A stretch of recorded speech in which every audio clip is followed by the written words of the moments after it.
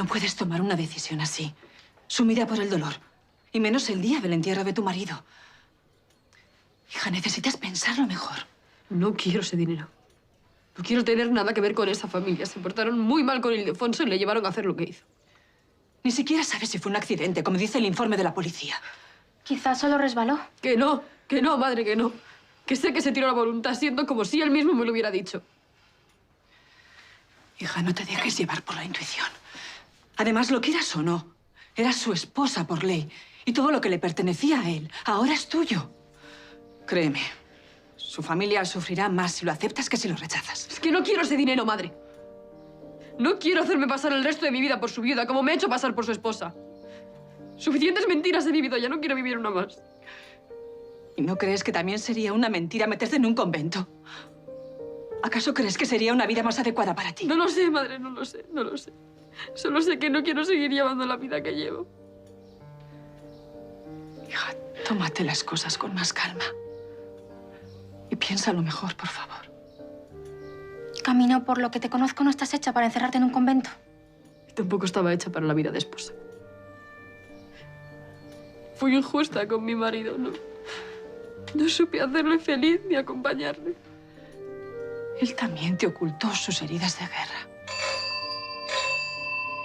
Yo iré a abrir.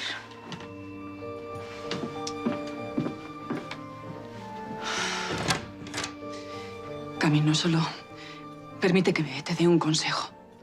Acepta la herencia de tu marido, aunque solo sea para que te proporcione una vida mejor. Buenos días. Buenos días, Marcos. No quisiera molestar. Siempre eres bienvenido. Venía a hablar contigo, Camino. Me hubiera gustado asistir al entierro de Ildefonso, pero ya me avisó Anabel de que su familia quería que fuese lo más discreto posible. Sí. Así tenían que avergonzarse delante de menos gente. Son momentos muy duros. Solo quería darte el pésame y decirte que lo siento. Mis recuerdos de Ildefonso son inmejorables. Un hombre cordial y educado, al que se le notaba su amor por ti en cada momento. Gracias, don Marcos. Es usted la primera persona que tiene buenas palabras hacia él y yo lo recuerdo como un hombre bueno. Camino, tienes toda la vida por delante. Y no dudes de una cosa, el destino siempre te concede segundas oportunidades. No desesperes que llegarán. Sé fuerte y confía en las personas que te quieren. Solo eso. Gracias, don Marcos. Escucha, Marcos, hija.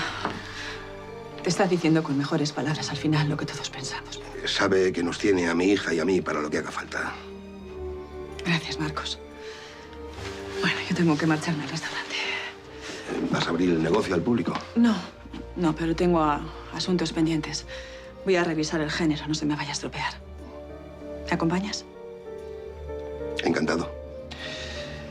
Anabel, ¿te quedas haciéndole compañía a tu amiga? Claro. No me voy a mover de su lado.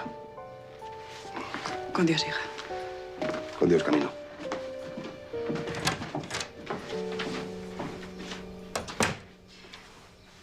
Mi padre tiene razón. Seguro que todo se arregla. Nada va a arreglarse, Anabel. Ildefonso no va a resucitar. Tan solo son buenas palabras que no sirven para nada.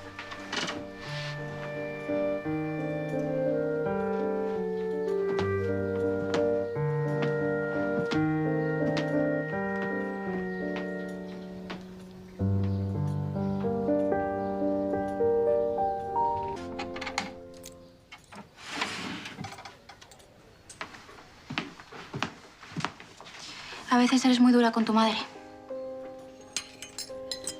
Lo sé, pero tengo mis motivos. Ha manipulado mi vida desde que tengo recuerdo. Supongo que ella trata de hacerlo mejor. Intentarlo no salva a nadie, Anabel. Cuando aún era una niña, un hombre abusó de mí. Y para ella era más importante que yo callara y que nadie se enterase, a que siempre recibiera su castigo. ¿Seguro que lo hizo por miedo? Ninguna madre quiere ver sufrir a su hija. Después impidió que me dedicase a la pintura. Que Maite me siguiera enseñando. Luego me obligó a abandonar a mi amor. Y casi me forzó a casarme con Ildefonso. Ella no podía saber que Ildefonso había recibido esas heridas en la guerra. Bien se ve que no has crecido con ella.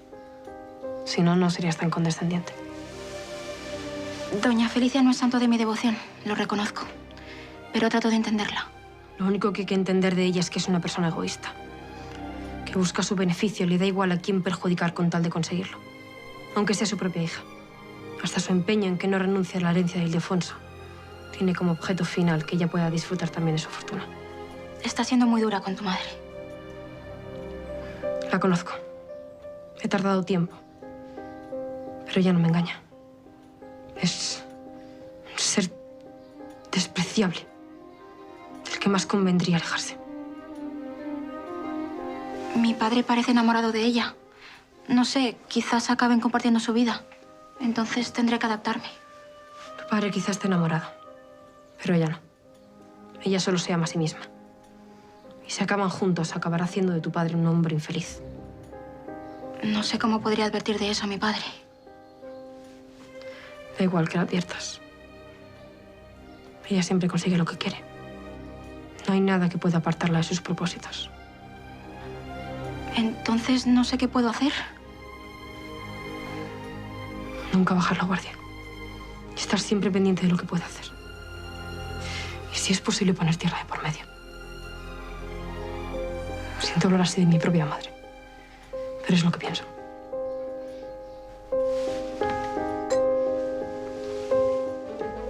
Evidentemente tienes que decidir qué hacer con tu vida.